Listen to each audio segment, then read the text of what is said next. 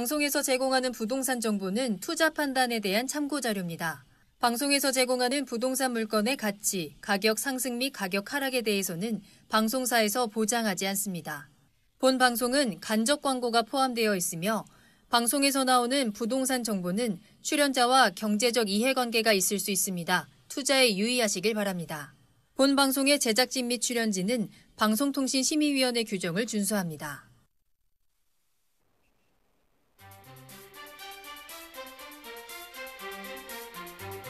부동산의 모든 고민이 통하는 길 부동산 시그널. 안녕하세요. 저는 진행의 한보람입니다.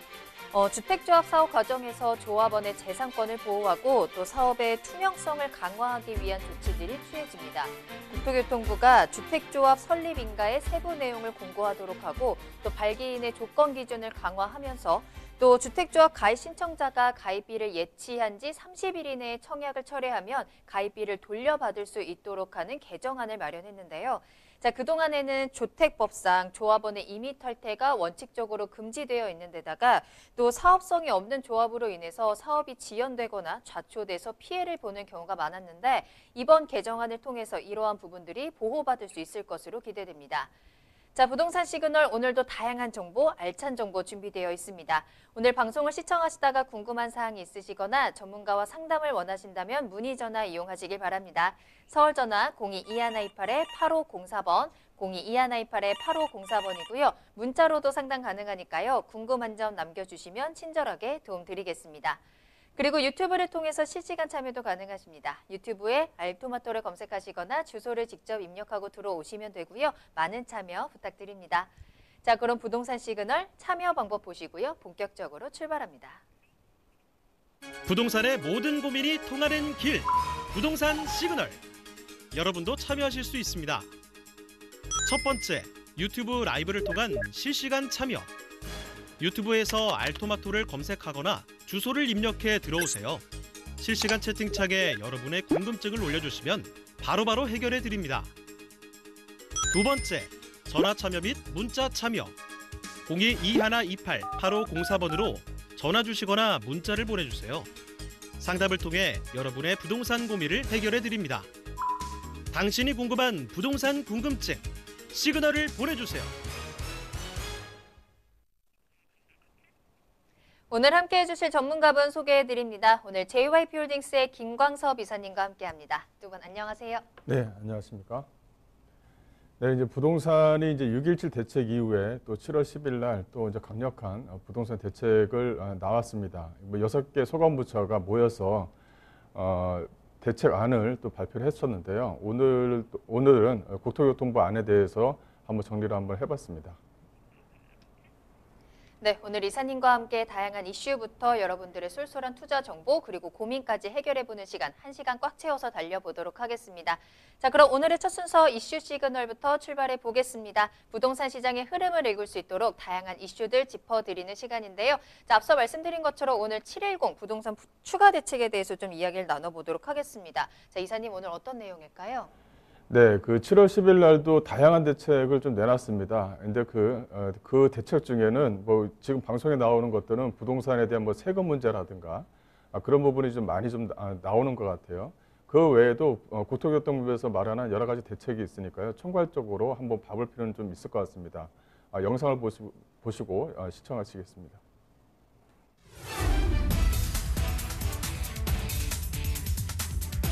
국토교통부가 지난 10일 주택시장 안정 보완 대책을 발표했습니다. 이번 대책은 6.17 부동산 대책에도 수도권의 아파트값이 계속 상승하자 정부가 다시 고강도 추가 대책을 발표한 것인데요. 내용을 살펴보면 먼저 실수요자의 내 집 마련 지원을 위한 청약제도가 개선됩니다. 세계 최초 특별공급제도의 적용 대상 주택 범위 및 공급 비율이 확대되었으며 신혼부부의 특별공급 청약 신청 소득 기준이 완화되고 청년 주거 안정을 위해 금리를 인하하고 지원 한도도 확대되는 등 실수요자의 주거 사다리를 튼튼하게 마련하겠다는 것이 이번 대책의 취지입니다. 또한 실수요자를 위한 보완 대책과 더불어 임대사업자 등록 제도가 보완되는데요. 앞으로 4년 단기 임대와 8년 아파트 장기 매입 임대 제도가 폐지됩니다. 이번 조치는 임대 사업자들의 자발적 등록 말소를 유도해 시장에 주택 거래가 많이 나오게끔 하는 것이 목적이라고 하는데요. 한 부동산 전문가는 전국 50만 명의 임대 사업자들이 250만 가구의 주택을 소유하고 있다며 이 중 5만 가구 정도라도 매물이 나오면 공급이 늘어나는 효과는 부분적으로 있을 것이라고 말했습니다. 오늘 부동산 시그널에서는 710 주택시장 안정 보완 대책에 대해 더욱 상세히 살펴보겠습니다.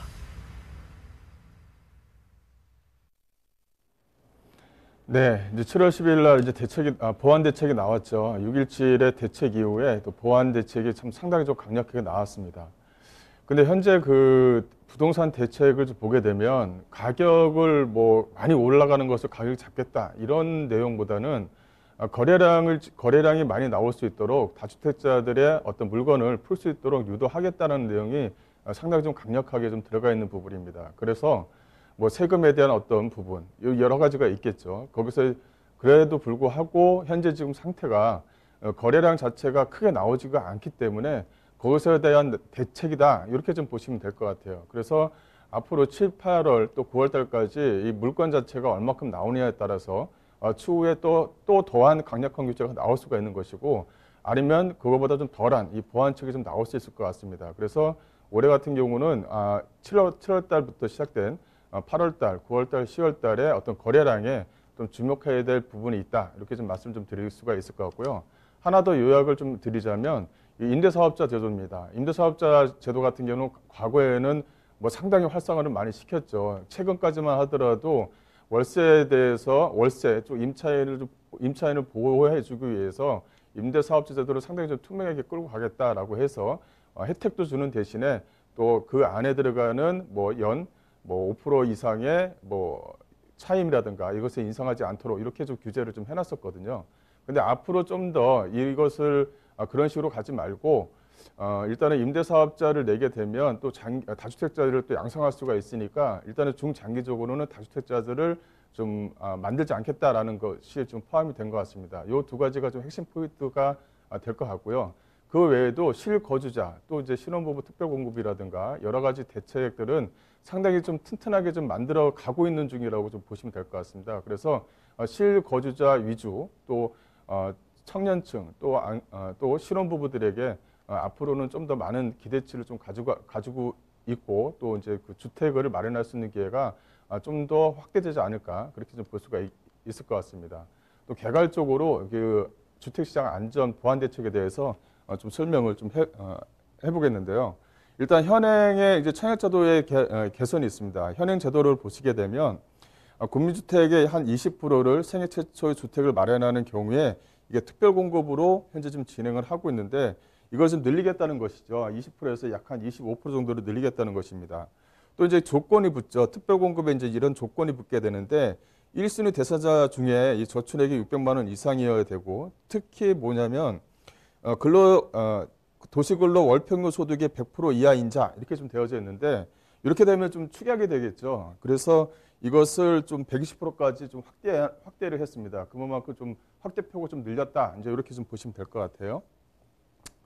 그래서 개선된 내용을 좀 보시게 되면 그 비율을 좀 확대하되 보시게 되면 적용 대상을 민영주택까지 좀 포함을 시켰습니다. 그리고 국민주택의 20%를 25%까지 좀 확대를 했고요.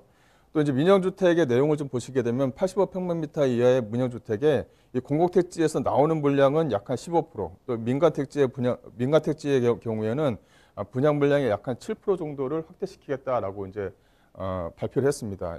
요 정도 내용은 퍼센테이지 보게 되면 이렇게 크게 와닿지는 않지만 내용적으로 좀 보게 되면 상당히 좀 크게 좀 확대를 시켰다. 이제 이렇게 좀 보시면 될 것 같아요.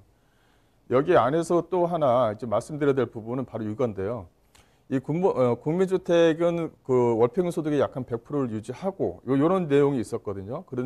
그런데 민영주택 같은 경우는 130% 이하까지 이제 확대를 했습니다. 그래서 기존 2인 가구 같은 경우는 569만 원, 3인 가구는 약 한 731만 원까지 월 소득액을 이렇게 좀 확대를 시켰다라는 내용이죠. 그래서 특별공급 순위 안에 집어넣을 수 있도록 가급적 집어넣을 수 있도록 좀 확대를 시켰다. 이제 이렇게 좀 보시면 될 것 같아요.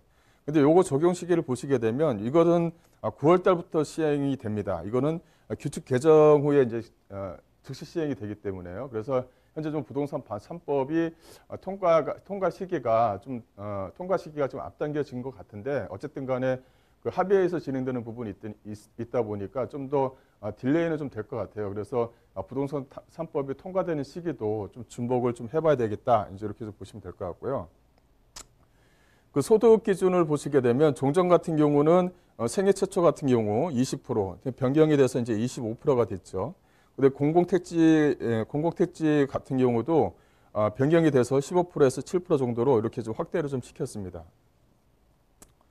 그다음에 소득 요건을 좀 완화시켰다라는 내용이 있는데요. 이렇게 이제 기존 같은 경우는 이제 3억 이하, 또 3억에서 6억, 또 6억에서 9억 이렇게 해서 이제 그 현재 소득 요건을 좀 맞춰놨었는데요. 여기서 보시게 되면 맞벌이 같은 경우는 약 130%, 소득 요건이 약 120% 정도가 되는데 요것은 6억에서 9억 정도를 구입하고자 하는 신혼부부 같은 경우는 확대를 시켰다는 내용입니다. 그래서 생애주택 주택 구입하는 경우 약 한 130%, 맞벌이 같은 경우는 약 한 140% 정도로 확대를 시켰다라는 내용을 좀 보시면 될 것 같고요.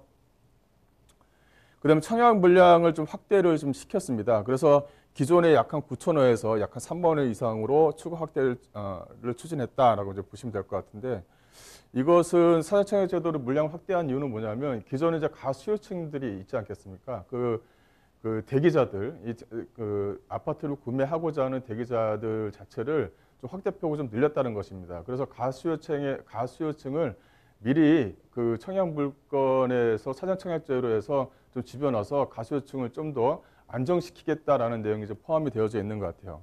그 현행 같은 경우는 주택 공급 체감도를 제고를 위해서 21년부터 약한 수도권 30만 호에 약 한 9,000호 정도를 추진할 예정이었었는데요. 이것을 그 공공택지에도 사전 청약 제도를 적용시켜서 21년도 사전 청약 물량의 약 한 3만 호 이상으로 좀 확대 추진을 할 예정입니다. 그래서 뭐 주거목지 로드맵, 수도권 30만 호 등에 대한 반영된 수도권 공공택지에서 2020년 이후에 공급할 아파트 물량의 총 77만 호 중에 확대를 시키겠다는 내용이니까 가수요층, 잠재적 수요층들을 좀 더 안정시키겠다라는 내용이 이제 포함이 되어져 있는 것 같습니다.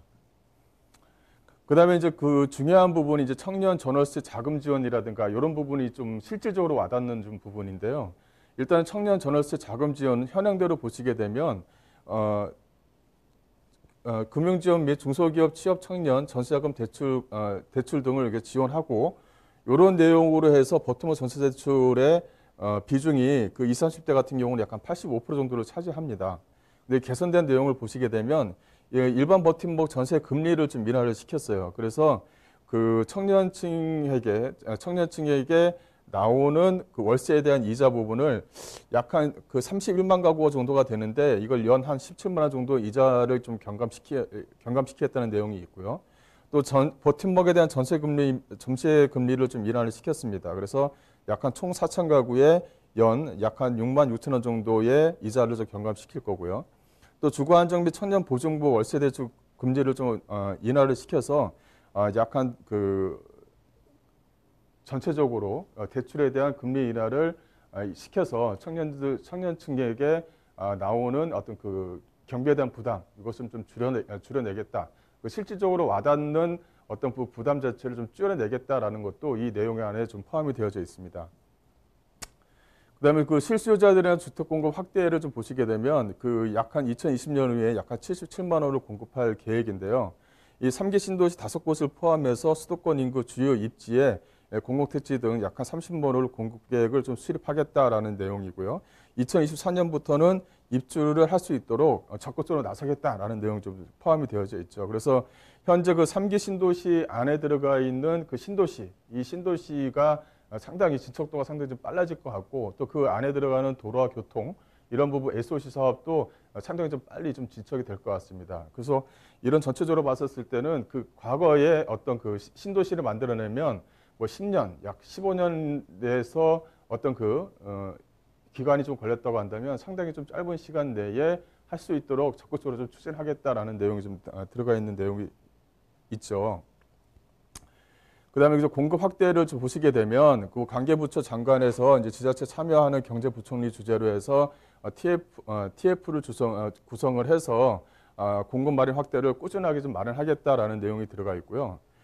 여기서 좀 주목해야 될 부분은 이제 그 3기 신도시에 대한 용적률을 좀 상향을 좀 시키겠다는 내용이 좀 들어가 있습니다. 어떻게 보면 3기 신도시의 용적률을 상향시키게 되면 그 3기 신도시 안에 들어가 있는 아파트에 대한 그 공급 물량만 그 용적률을 상향시킬 수는 없을 것 같습니다.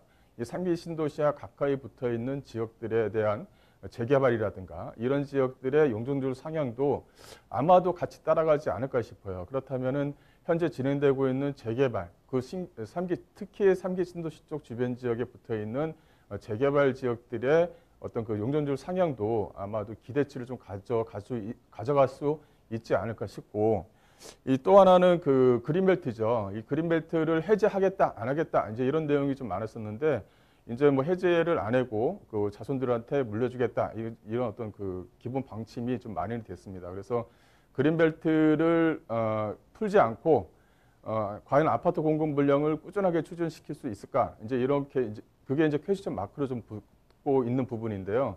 일단 뭐 적극적으로 국가에서는 뭐 유휴부지라든가 활용할 수 있는 부지를 적극적으로 찾아내서 진행을 하겠다라는 내용까지는 내용까지는 TV 뉴스를 통해서 아마 보셨을 겁니다. 그래서 주변 지역에 그 찾아낼 수 있는 지역들을 좀 봐야 될 필요가 있을 것 같고, 또 이제 그 주변 지역들에서 그런 아파트들이 올라갈 수 있는 부지가 있다고 한다면 오히려 그쪽 주변 지역에 있는 재개발 지역들 아니면은 그쪽 안쪽으로 들어가는 도심 재생이라든가 이런 어떤 부분들이 좀 더 활성화되지 않을까 싶어요. 그래서 그런 부분들도 찾아내는 것도 부동산 TV를 방송을 보시는 분들한테도 하나의 또 이제 그 과제가 좀 주어진 거죠.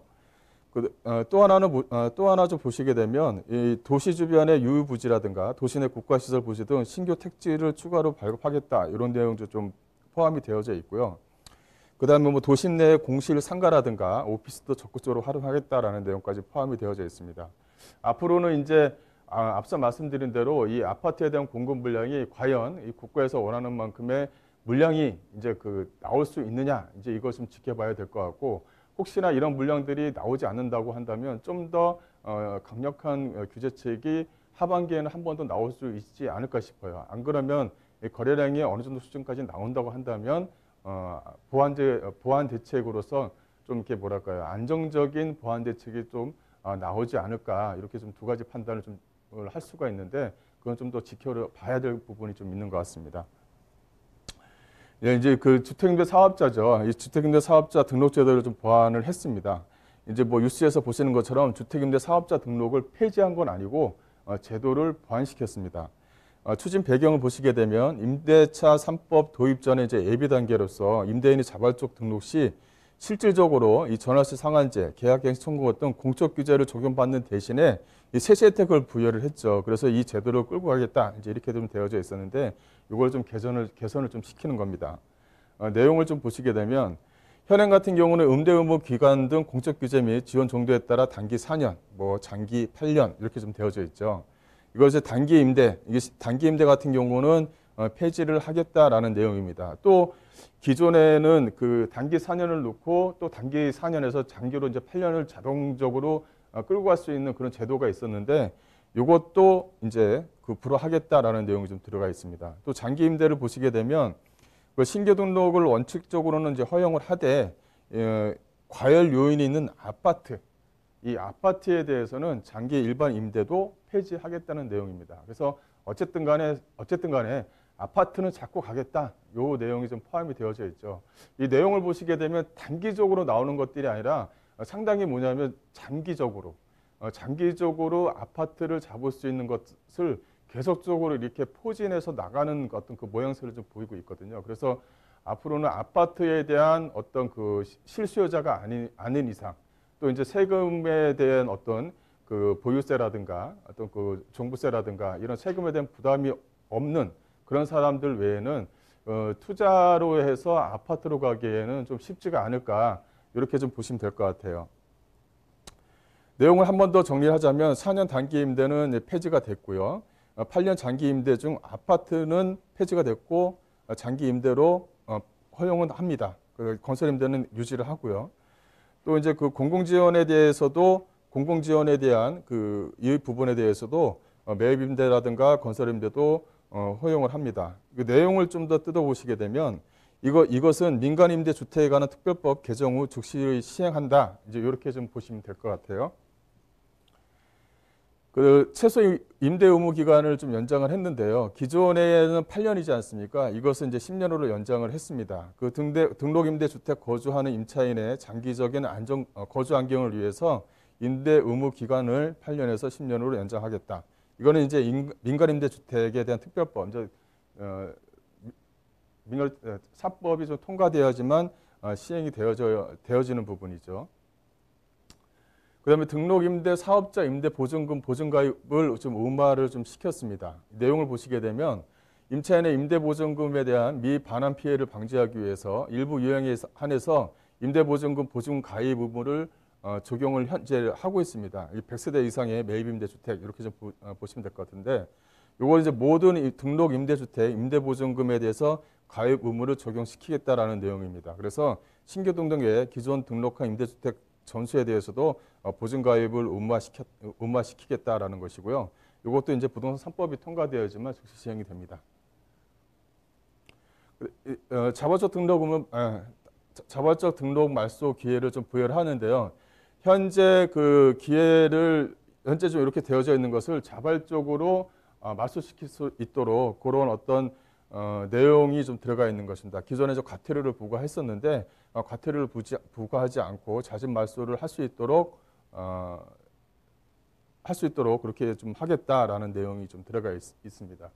그 임대사업자를 이제 정리를 좀 하자면, 임대사업자 같은 경우는 뭐 하라고 했다가 뭐 하지 말라고 했다가 앞으로는 폐지시키겠다고 했다가 여러 가지가 있죠.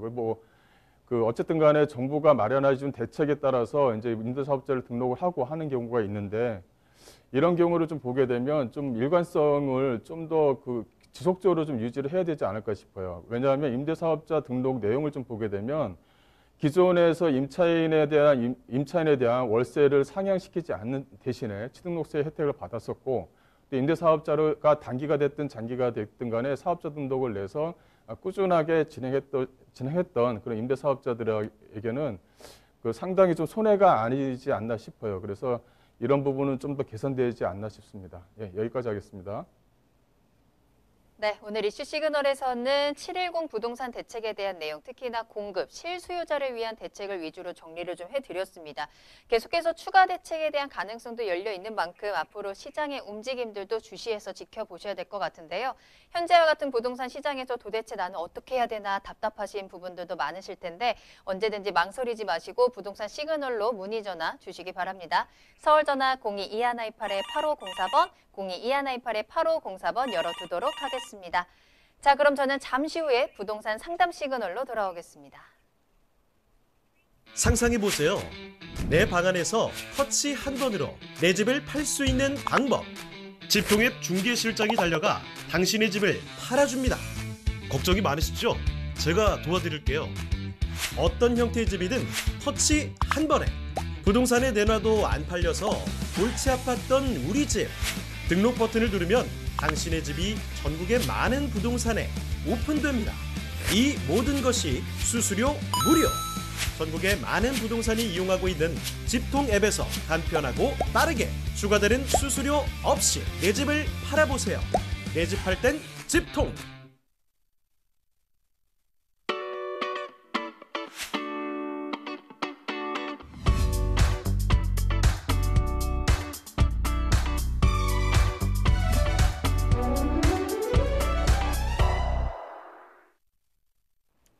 네, 여러분들의 부동산 궁금증을 해결해드리는 부동산 상담 시그널입니다. 부동산 시그널만의 다양한 분석을 이용해서 확실한 시그널 보내드립니다.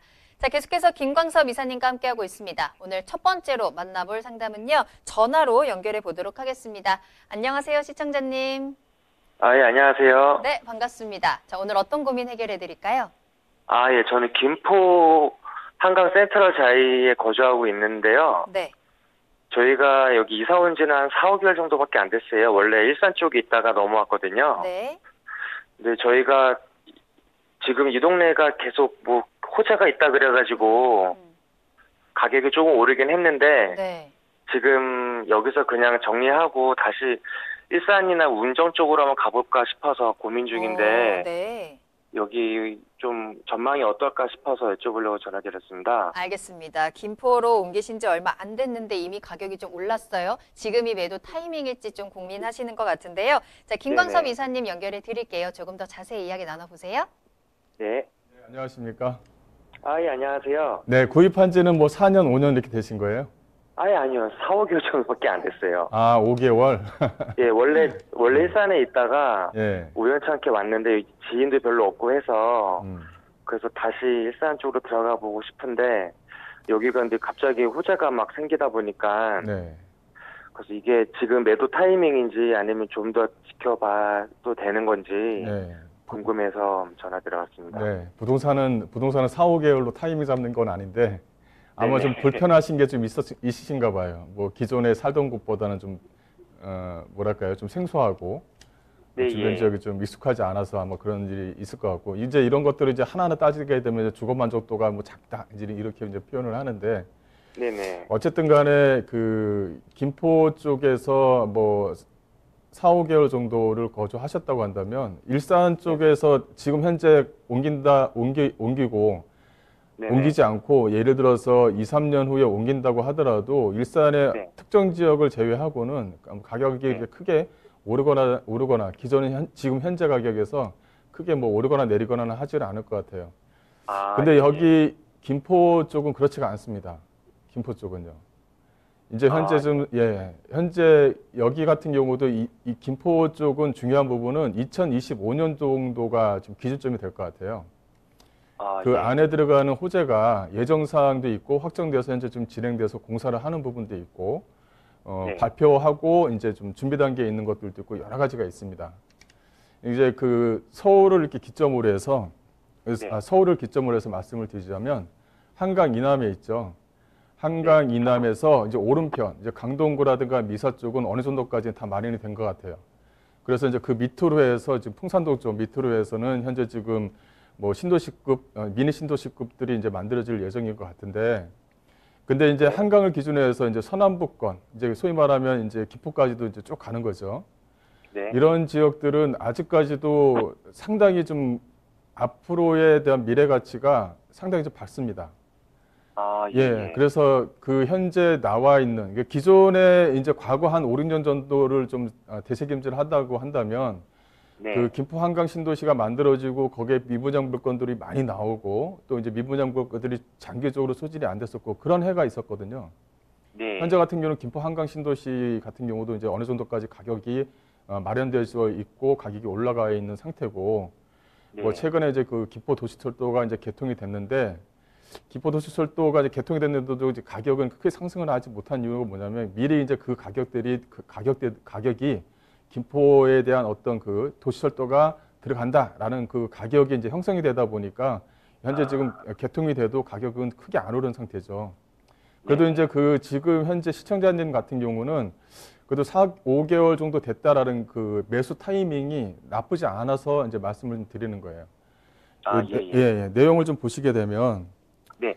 여기 이제 안쪽으로 해서 이제 지하철, 김포 지하철이 이렇게 만들어졌죠. 이 김포 지하철이 네네. 만들어졌는데 이게 이제 도시철도고 이게 그 지반 자체가 이게 그 뭐랄까요 김포 쪽 전반적으로는 지반 자체가 상당히 좀 약하다 보니까 이 네네. 개통되는 시기도 뭐 2년이라는 기간이 또 연장이 됐고 우여곡절 끝에 이제 이 도시철도가 이제 개통이 된 겁니다.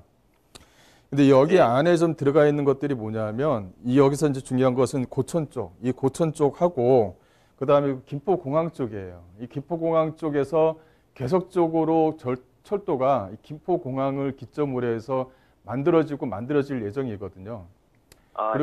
그래서 여기에서 김포공항에서 딱 끝난다 그러면은 되게 아쉽죠. 그만큼의 또 SOC 사업이 들어갔는데 이게 연장을 계속적으로 해야 되는데 네. 이걸 뚫고 갈 수 있는 것은 이제 김포 쪽밖에는 없는 거예요. 이 김포 쪽에서 이제 계속적으로 인천시도 마련한 것은 뭐냐면 이 밑에 쪽 그 검단 사거리 쪽을 중심으로 해서 계속적으로 그 인천 지하철 2호선 연장 사업이라든가 이런 것들을 계속적으로 집어넣고 있습니다. 이 전반적으로 이쪽 안쪽에서는 그 지하철 5호선 연장 사업, 또 지하철 9호선의 어떤 기대치, 또 이쪽 안쪽으로 들어가는 여러 가지 철도 노선, 그 GTX 노선도 지금 계속적으로 좀 현재 얘기가 나오고 있는 중이거든요. 그래서 여기 이쪽 안쪽에서는 가격을 반영해 줄 수 있는 기회들이 상당히 좀 많이 있는 거예요. 그것을 한 2025년 정도를 기점으로 해서 매도 네. 타이밍을 그때 시점에서 내가 잡아야 된다. 이렇게 보시면 될 것 같아요. 현재 아, 상태에서는 마련되어져 있는 것이 도철도 하나, 또 이제 위쪽으로 올라가는 고속도로 이런 부분만 지금 현재 좀 남아 있지만 내부적으로는 상당히 많이 개발에 대한 호재라든가 이런 것들이 잠재적으로 상당히 좀 많이 남아 있거든요. 네네. 마지막으로 하나 말씀드려야 될 거는 뭐냐면 마곡지구가 위치해 있잖아요. 마곡지구가 위치해 있고 마곡지구의 그 물량, 그 소위 말하면은 그 하청을 받아서 산하기관 같은 경우는 계양구 쪽으로 좀 현재 좀 빠져서 그쪽에 신도시를 하나 만들어준 상태고 또 하나는 이제 물량을 만들어내는 것들은 그 김포공항 쪽 주변 지역으로 이제 현재 좀 만들고 있거든요. 그래서 이제 계속적으로 뭐 스마트 시티 사업이라든가 이런 것들이 이 안쪽으로 계속적으로 들어갈 겁니다. 그렇다면 업무 시설과 어떤 그 베드타운과 같이 접목해서 진행되는 부분들이 있기 때문에 이거 같은 경우는 2025년까지는 꾸준하게 좀 가져가시는 게 좀 이득이 될 것 같아요. 아, 감사합니다. 예. 그렇게 해서 좀 매도 타이밍 그때 한번 잡으십시오.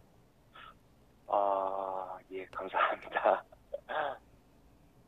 네, 오늘 전화 주셔서 감사합니다. 매수 타이밍도 잘 들어가셨습니다. 말씀하신 대로 호재가 많기 때문에 이왕 매수하신 거 호재에 대한 수혜를 충분히 볼 수 있을 때까지 조금 더 보유해보자라는 의견 드렸는데요. 잘 상의해보시고 좋은 선택 해보시길 바라겠습니다.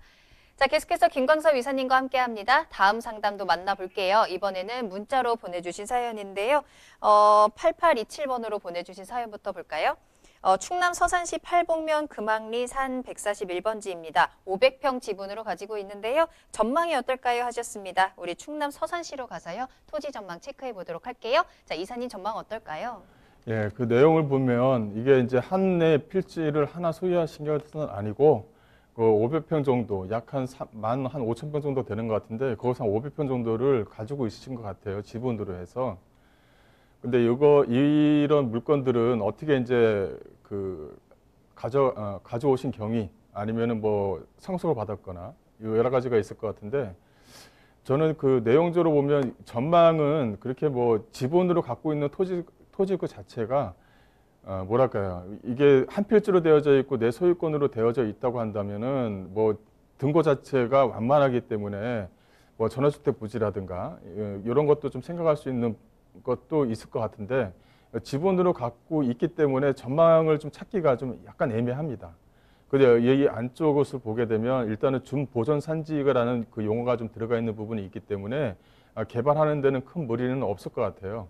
그거 외에는 주변에 뭐 서산 테크노밸리도 위치해 있고 이런 산업단지도 위치해 있지만 이게 지금 그런 어떤 테크노밸리가 이 확장성은 좀 못 가지고 있거든요.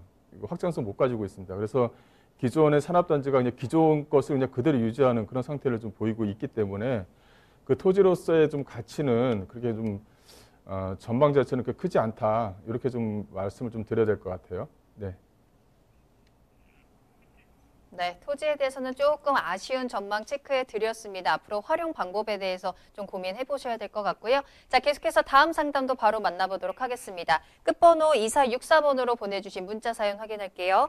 서울 불광역 북한산 레미안 아파트 2단지 24평형을 실거주로 보유하고 있습니다. 현재는 매매했던 가격대보다 한 2억 원 정도 올라서 7억대로 매매가가 나오던데요. 지금 매도해도 괜찮은 걸까요? 하셨습니다. 자, 올랐어요. 올랐을 때 팔아야 되는지 한번 매도 타이밍 찾아보도록 하겠습니다. 이사님 어떨까요? 네, 이 물건은 올랐어도 좀 가지고 있어야 됩니다. 이쪽에서는 이제 연신내역 쪽 주변 지역이다. 요거 하나만으로도 메리트가 상당히 있는 지역이죠. 또 이제 여기서 가격대가 오르는 이유가 있습니다. 이 주변 지역이 이제 재개발이 진행되고 조반대로 이제 보상이 이제 매겨지면서 주변 지역에 있는 아파트들로 좀 이전을 하는 것 같아요. 또 하나는 뭐냐면 이 아파트가 가지고 있는 메리트가 있습니다. 바로 주변 지역에 이제 녹지 공간이 상당히 좀 우수하고 바로 뒤편에 이제 산이 위치해 있고 하다 보니까 위치적으로도 주거하기에는 상당히 좀 좋은 지역에 위치해 있죠. 내용적으로 좀 보시게 되면 북한산 삼성 레미안이 이렇게 위치해 있어요. 불광역이 여기 있죠. 미성 아파트라든가 이 아파트들이 이렇게 있습니다.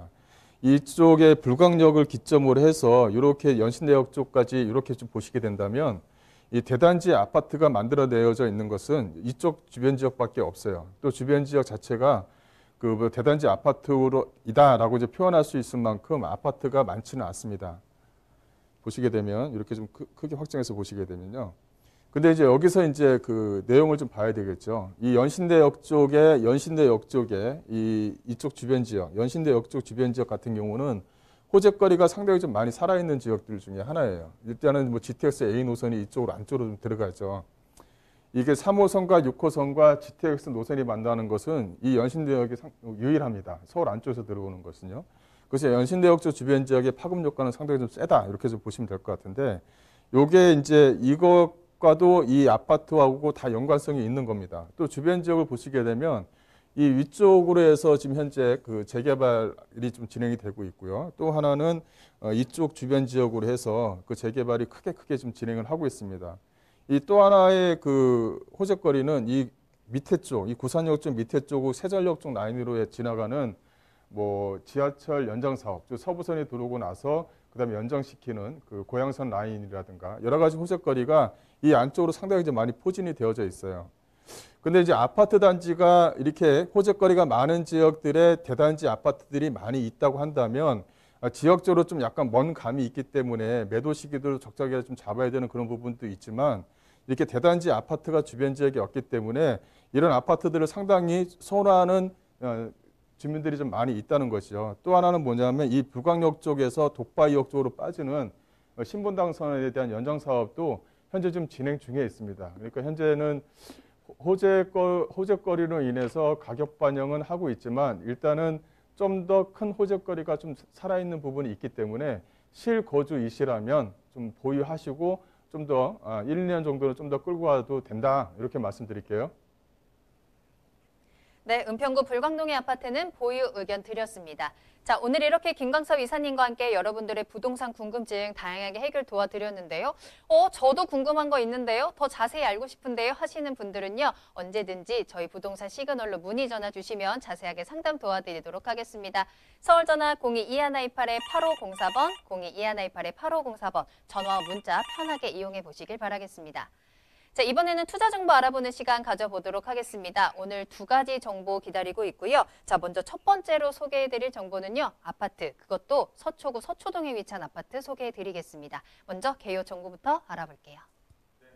서초동에 위치해 있는 아파트입니다. 이게 나홀로 아파트죠. 세대수는 총 21세대밖에 되지 않지만 그 시공사가 좀 상당히 좀 튼튼한 시공사가 만들어냈고요. 또 설계 면에서도 뭐 타일 추정을 불허할 만큼 설계가 상당히 좀 잘 뽑아낸 그런 물건이다, 이렇게 좀 보시면 될 것 같아요. 내용을 좀 보시게 되면 2호선 서초역에서는 도보 약 한 10분 거리에 위치해 있고요. 이 서초역과의 거리입니다. 이 역과의 거리는 도보 약 한 10분 거리에 위치해 있고, 바로 뒤쪽에 서리풀 공원이 위치해 있어요. 또 하나는 뭐냐면 올해 작년에 한번 크게 이슈가 됐던 그 서리풀 터널 근처에 있는 그 정보사 부지 있지 않습니까? 이 정보사 부지가 대한민국 그 1등 그 시행사라고 할 수 있는 그 시행사에 그 매각이 됐습니다. 약 한 1조가 넘는 금액에 이제 매각이 됐는데, 현재 좀 펜스를 쳐놓고 현재 그 환경평가가 좀 현재 좀 진행 중에 있거든요. 조만간에 이제 건설이 진행된다, 이렇게 좀 보시면 될 것 같아요. 근데 거기 안에서 좀 주목해야 될 부분은 뭐냐면, 이 시행사가 펜스를 쳐놓고 공사를 하게 되면 그 안에 이제 아파트도 짓고 모두 짓고 해야 될 것 같은데, 그 안에 이제 아파트가 안 들어온다는 것입니다. 그러니까 업무시설 단지로 만들어내기 때문에 앞으로 이쪽 주변 지역, 이 물건지가 있는 주변 지역의 가격대를 또 상승시킬 수 있는 그런 어떤 호재다, 이렇게 좀 보시면 될 것 같아요. 분양 면적을 보시게 되면 110.451평방미터입니다. 뭐 기본적으로 약간 33평형 아파트다, 이렇게 좀 보시면 될 것 같고, 전용 면적은 83.787, 약 한 25평형 규모입니다. 그래서 방 3개, 화장실 2개에 알뜰한 33평형 아파트다, 이렇게 좀 보시면 될 것 같아요. 지하 2층과 지상 7층으로 되어져 있고, 주차가 세대당 거의 뭐 1.5대인데 거의 2대까지 가능합니다. 그만큼 상당히 좀 고급지게 만들어놨다, 이렇게 정리를 해드릴 수가 있을 것 같고요.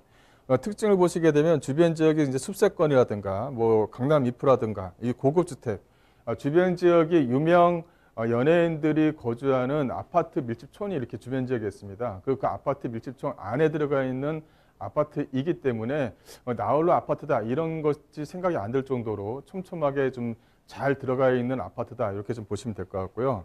매매가는 약 한 14억 8천만 원 정도를 예상할 수가 있겠습니다. 네, 서초구 서초동 하면 뭐 놀러도 많이 가죠. 맛집도 많죠. 그리고 직장인의 또 학군까지 잘 갖춰져 있기 때문에 입지적인 부분에서 굉장히 훌륭한 지역 중에 하나인데요. 그래서 더 많은 분들이 선호하기도 하고요. 자, 서초동의 입지 체크해 보면서 우리 개발 호재도 빼놓지 않고 챙겨드리겠습니다. 어떤 게 있을까요? 네, 입지 여건 뭐 서초동 뭐 굳이 뭐 입지 여건까지 말씀을 좀 안 드려도 될 것 같은데요. 일단은 서리풀공원 쪽 주변 지역에 위치해 있다. 이렇게 좀 보시면 될 것 같아요. 이 서리풀공원이 이제 2년 전에 이게 개통이 됐죠. 개통이 되고 나서 내방역 쪽과 그다음에 이수역 쪽에 토지가가 크게 상승을 했습니다. 그만큼 중요한 터널이 뚫렸다. 즉 1.3km밖에는 안 되지만 과거에 정보사가 있다 보니까 뭐 보안 문제로 인해서 이 터널이 안 뚫렸었는데 터널이 뚫리고 나서 뭐 주변 지역의 토지가가 상당히 크게 올랐다. 이렇게 좀 보시면 될 것 같아요. 과거에는 뭐 내방역이라든가 이수역에서 뭐 서초역 쪽 주변 지역 법원을 이용할 경우에는 약 한 20분, 차량으로 약 한 20분 거리가 걸렸거든요. 뚫리면은 뭐 약 한 3분, 차량으로 약 한 3분 거리밖에 안 되겠죠. 그만큼 중요한 터널이 뚫렸다. 이렇게 좀 보시면 될 것 같고요. 이 서초역에서 도보 약 한 10분 거리에 위치해 있지만 이렇게 설해마을과 고급 주택들이 주변 지역에 밀집되어져 있는 부분이 있고요. 또 이 서리풀터널 쪽 바로 이 앞쪽으로 해서 물건지 쪽 주변 지역으로 해서 이 정보사 부지가 있었습니다. 이 정보사 부지가 현재 그 고급 그 오피스로 지을 예정이다. 이렇게 좀 보시면 될 것 같아요. 또 주변 지역에 뭐 교대역도 가까이 좀 붙어져 있다. 이렇게 좀 정리를 해드릴 수가 있을 것 같고요. 본 물건은 이렇게 말씀드리는 것처럼 서초역과 가까이 좀 밀집이 되어져 있고 내방역과도 이용거리가 된다. 이렇게 좀 보시면 될 것 같고요. 바로 밑에 뭐 서울고등학교가 또 위치를 좀 위치되어 있습니다. 이 강남 3구 하게 되면 빼놓을 수 없는 게 이제 교육 환경이죠. 교육 학군을 좀 보시게 되면 반경 약 한 500m 내에 뭐 방일초등학교라든가 이 서초고등학교, 서울고등학교가 주변 지역의 초, 중, 고가 이렇게 밀집되어져 있습니다. 그래서 뭐 교육 환경적으로는 상당히 좀 우수하다 이렇게 좀 정리를 해드릴 수가 있을 것 같고요.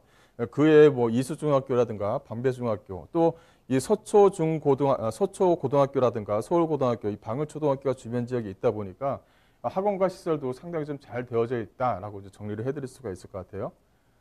그 개발 호재를 말씀을 드리자면 이게 서초동 정보사 부지에 대한 개발 호재입니다. 이 정보사 부지 같은 경우도 거의 그 약 한 1조 천억을 들여서 이제 부지를 매입했는데 여기 보시게 되면 이렇게 콘소시엄을 구성을 해서 MDM 그룹과 신한금융그룹이 콘소시엄을 구성을 해서 현재 좀 진행을 하고 있습니다. 근데 여기 안에 아파트가 들어가는 것이 아니라 이 사업 비전을 보시게 되면 친환경 복합 업무단지가 들어가요. 그러니까 오피스텔과 업무시설 이런 것이 들어가죠. 관광단지로 조성하겠다라는 내용이 여기 안에 좀 포함이 되어져 있는 부분이 있습니다. 그래서 이 서초역 쪽 주변 지역은 이렇다 할 만한 뚜렷한 이 관광시설이라든가 볼거리만한 것들이 주변 지역에 없거든요. 이런 것을 하나 만들어내겠다라는 내용이 안에 좀 포함이 되어져 있습니다. 이거 같은 경우는 추진 일정을 2023년 정도에 준공 예정이기 때문에 단기적으로 이 아파트도 거기에 따른 어떤 수혜를 받지 않을까 싶습니다. 네, 역시 서초동이다 싶으시죠? 여러 가지 입지와 함께 호재까지 살펴보셨는데요. 1인 가구는 물론이고 자녀가 있는 가구들까지 모두가 살기 좋은 거 서초동이었습니다. 자, 그리고 올해 1월에 준공이 완료되었으니까 신축 아파트로 전해드리는데요.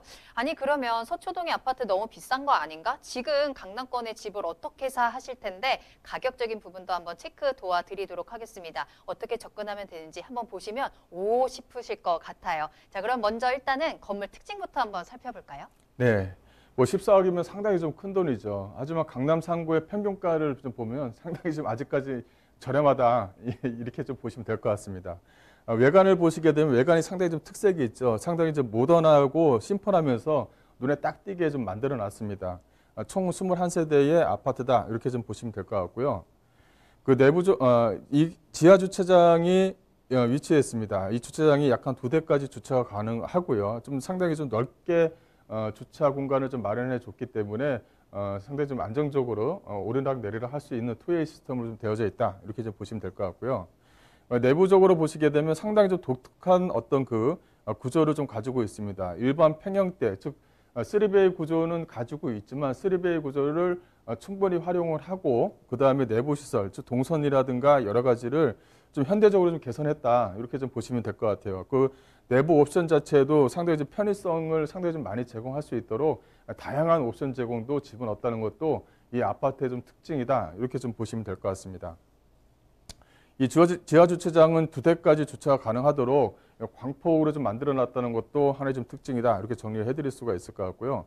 또 하나는 그 옆에다가 그 공간을 하나 만들어놨습니다. 그래서 뭐 필라테스라든가 이런 것을 할 수 있는 여유 공간을 좀 만들어놨다. 그래서 피트니스도 할 수 있는 그 공간을 주민들에게 좀 마련해 줬다는 것도 하나의 좀 특징이다 이렇게 정리를 해드릴 수가 있을 것 같고 또 아파트 하게 되면 크든 작든 간에 항상 이렇게 뭐랄까요 오래 쓰고 보관하는 그런 물건들이 필요하죠. 그래서 지하에다가 이렇게 개별 호스마다 이렇게 창고를 마련했습니다. 그래서 겨울용, 여름용을 보관할 수 있는 개별 창고를 좀 마련했다는 것도 이 물건의 좀 특징이다라고 정리해 드릴 수가 있을 것 같고요. 그 내용을 좀 보시게 되면 예상 매매가가 약 한 14억 8천만 원입니다. 뭐 전세를 놓고 투자하셔라 이건 절대 아닙니다. 이 실거주로 해서 강남 쪽에 내가 살고 싶은 그런 분들한테는 저도 원하거든요. 그렇지만 이 14억 8천의 전세가를 보시게 되면 실투자금 약 한 5억 3천만 원이 좀 가능하고요. 또 이제 이거 실거주로 예상을 한다면은 대출을 LTV를 현재 시점에서 적용한다면 약 한 4억 6천까지는 가능하지 않을까 싶어요. 그래서 14억 8천만 원의 대출을 좀 활용하신다면 약 한 10억 정도의 실거주를 할 수 있는 아파트다. 또 하나의 특징은 이게 뭐 소형 그 세대수가 적다 이렇게 좀 말씀을 좀 드릴 수가 있을 것 같은데 주변 지역 자체가 주변 지역 아파트 자체가 소형 아파트로 구성이 되어져 있습니다. 널찍널찍하게 구성이 되어져 있는 아파트들이 올망졸망하게 모여져 있는 것이 이 서리풀 공원 쪽 주변 지역이다. 이렇게 좀 보시면 될 것 같아요. 그래서 가격 방향도 전체적으로 다 가격 반영을 하기 때문에 그렇게 크게 염려하실 필요는 없다라고 말씀드릴 수 있겠습니다. 네, 오 하셨나요? 자, 직접 아파트 가서 보시고요. 또 전문가와 더 자세한 상담도 받아보시길 바랄게요. 부동산 시그널 문의 전화 열어두겠습니다. 서울 전화 022128-8504번, 022128-8504번으로 연락 주시면 되겠습니다. 자, 계속해서 김광섭 이사님과 함께하고 있습니다. 이번에는 두 번째 투자 정보 소개해 드리는데요. 경기도 하남시 미사지구에 위치한 상가 찾아가 보겠습니다. 먼저 기본 정보부터 알아볼게요. 네, 하남 미사지구에 있는 상가입니다. 이제 현재 지금 아파트에 대해서 계속적으로 규제가 되다 보니까 이 유동자금 자체가 이렇게 근생이라든가 구분 상가라든가 이쪽으로 상당히 좀 많이 몰리고 있는 것 같아요. 그리고 또 이제 지식산업센터라든가 오피스라든가 이렇게 이제 그 대출에 대한 규제를 피하면서 뭐랄까요 세금에 대한 어떤 규제도 피할 수 있는 그런 지역으로 해서 투자 금액이 좀 몰리고 있다 이렇게 좀 보시면 될 것 같습니다. 현재 이 물건 자체도 그 소아과와 1층 편의점 상가 이렇게 해서 두 개를 가지고 물건 소개를 했었는데 소아과가 이제 저번 주에 이제 계약이 됐습니다. 그 현재 좀 1층 편의점 코너 상가다 이렇게 해서 보시면 될 것 같고요. 이 본 물건을 내용을 보시게 되면 전용 면적은 약 한 44.83평방미터고요. 계약 면적은 88.77평방미터입니다. 지하 2층과 지상 5층으로 좀 구성이 되어져 있고요. 현재 지금 준공이 다 됐기 때문에 현재 2층은 현재 소아과, 3층부터 5층까지는 현재 지금 산부인과가 현재 지금 운영을 하고 있다 이렇게 좀 보시면 될 것 같고요. 현재 1층 편의점 코너 상가는 현재 입점 의향서를 받아놓고 있는 상태다 이렇게 정리를 해드릴 수가 있을 것 같습니다. 매매가는 9억 3천만 원이 좀 될 것 같고요. 입지 여건을 보시게 되면 이 미사역과 강일역 쪽 주변 지역, 또 미사역 강일역 쪽 주변 지역이 이 첨단 업무 산업단지로 이렇게 뭉쳐져 있는 지역들입니다. 거기 안에 들어가 있는 상가 물건이다 이렇게 정리해드릴 수가 있을 것 같고요. 또 이제 그 미사 쪽의 약간 특징은 강동구하고 인접해져 있는 거죠. 그래서 잠실과 10분대의 거리, 분당과는 약간 20분대의 거리에 위치해 있다 이렇게 좀 정리를 해드릴 수가 있을 것 같아요. 그 하나의 특징은 뭐냐면 이 본 물건지 주변 지역으로 해서 부채꼴 모양 형태로 아파트가 이렇게 뭉쳐져 있다는 것입니다. 그래서 이 아파트 내부를 좀 보게 되면 아파트 내에 들어가 있는 이 단지 내 상가 비율이 상당히 좀 적습니다. 그래서 본 물건지 주변에 있는 상가를 활용하고 이용할 수 있도록 이 단지 내 상가 비율을 상당히 좀 적게 만들어 놨다는 것이 하나의 좀 특징이다. 이렇게 정리를 해드릴 수가 있을 것 같고요. 주변 세대만 보더라도 약 한 4,000세대 정도가 되죠. 14,000세대가 본 물건지에 있는 그 상업용지를 이용한다. 이렇게 좀 보시면 될 것 같고요. 그 외에도 뭐 지식산업센터라든가 뭐 기숙사라든가 이런 부분이 업무 시설과 맞물려져 있기 때문에 상당히 좀 활동적으로 움직이고 있는 상업용지 내에 들어가 있는 물건이다. 이렇게 좀 정리를 해드릴 수가 있을 것 같습니다. 뭐 호재거리는 미사역 쪽 주변 지역에 5호선 연장 사업이 현재 좀 들어가 있고요. 또 하나는 그 이쪽 하남 미사 같은 경우는 북미사와 남미사로 나눌 수가 있을 것 같은데 이 남미사 쪽 주변 지역으로 해서 현재 좀 미니 신도시가 또 하나 만들어진다면 현재 좀 가격 상승의 좀 여지가 상당히 좀 많은 그런 지역에 위치했다라고 말씀드릴 수 있을 것 같습니다.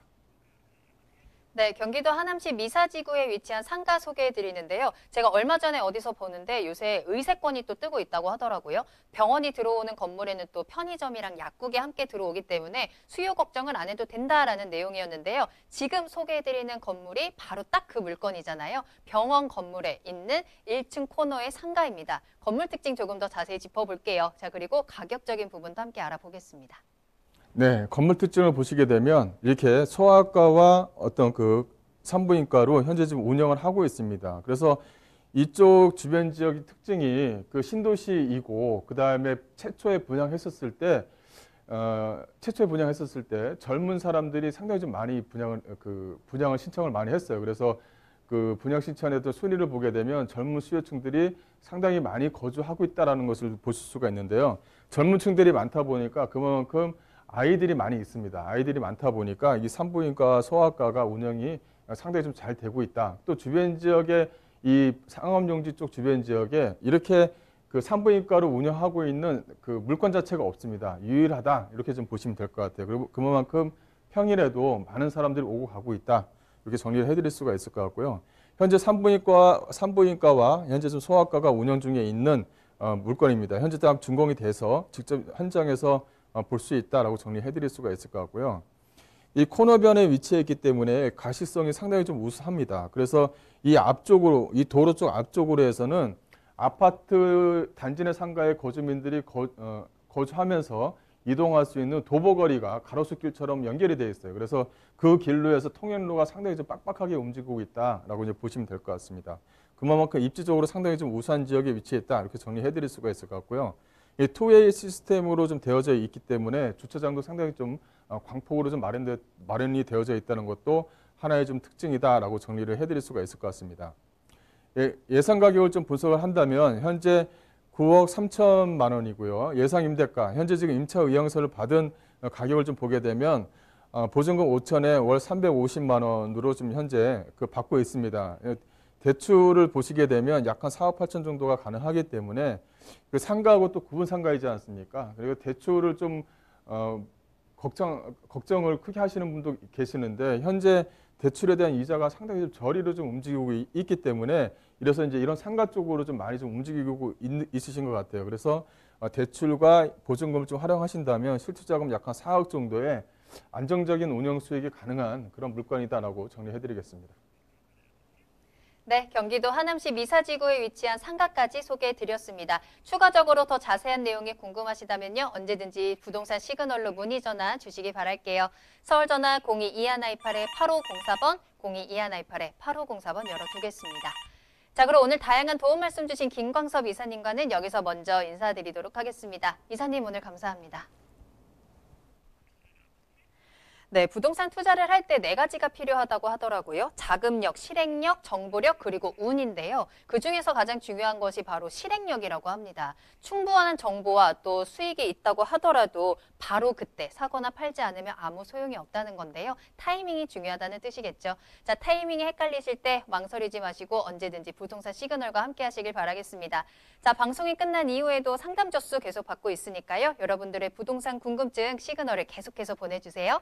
서울전화 022128-8504번, 022128-8504번 전화와 문자 모두 활짝 열어두겠습니다. 자, 그리고 유튜브 실시간 채팅창도 열려 있습니다. 유튜브에 알토마토를 검색하시거나 주소를 직접 입력하고 들어오시면 되고요. 또 알토마토 홈페이지 들어오시면 저희 프로그램 무료로 다시 보기 이용하시면서 다양한 시청 소감도 남겨주시길 바라겠습니다. 자, 그럼 저는 다음 이 시간에 더욱더 알찬 정보 가지고 돌아오겠습니다. 시청해주신 여러분 고맙습니다.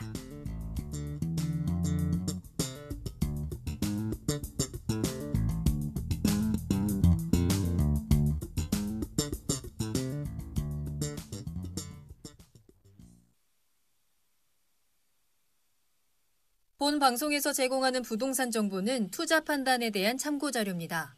방송에서 제공하는 부동산 물건의 가치, 가격 상승 및 가격 하락에 대해서는 방송사에서 보장하지 않습니다.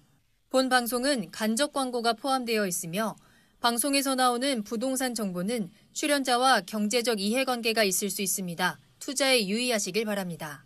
본 방송의 제작진 및 출연진은 방송통신심의위원회 규정을 준수합니다.